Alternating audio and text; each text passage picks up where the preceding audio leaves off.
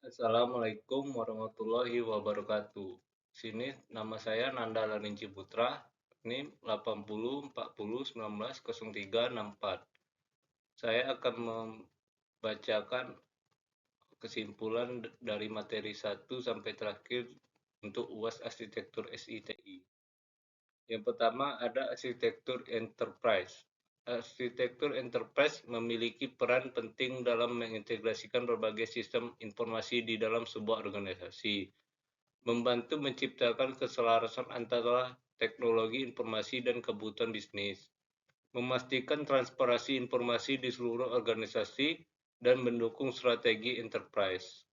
Arsitektur enterprise juga diperlukan untuk mencegah terbentuknya sistem informasi yang terisolasi di setiap unit organisasi, memberikan panduan bagi manajer dalam desain proses bisnis, dan memastikan pengembangan aplikasi yang selaras dengan tujuan dan kebijakan bisnis. Selanjutnya ada zaman framework. Zaman framework alat manajemen informasi yang sederhana, logis, dan efektif untuk mengelola infrastruktur perusahaan. Kelebihannya meliputi keberlanjutan sebagai platform netral, kekuatan sebagai perangkat perencanaan, komprehensif dan mudah dipahami untuk berbagai latar belakang, serta membantu dalam menyelesaikan masalah dan mendokumentasikan informasi perusahaan. Zaman framework menggunakan 6 kolom yang memiliki pertanyaan-pertanyaan kunci terkait enterprise, dan baris-barisnya membagi perspektif organisasi untuk berbagai audiens. Aturan-aturan zaman yang melibatkan penambahan baris dan kolom, kejelasan model, dan logika memberikan pedoman untuk penggunaan framework ini. Yang ketiga ada enterprise architecture planning. Proses kunci untuk menggambarkan arsitektur suatu perusahaan dengan fokus pada data-data informasi yang mendukung proses bisnis.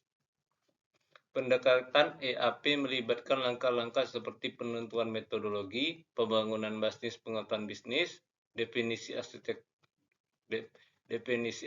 data, aplikasi, dan teknologi masa depan, serta penentuan prioritas implementasi.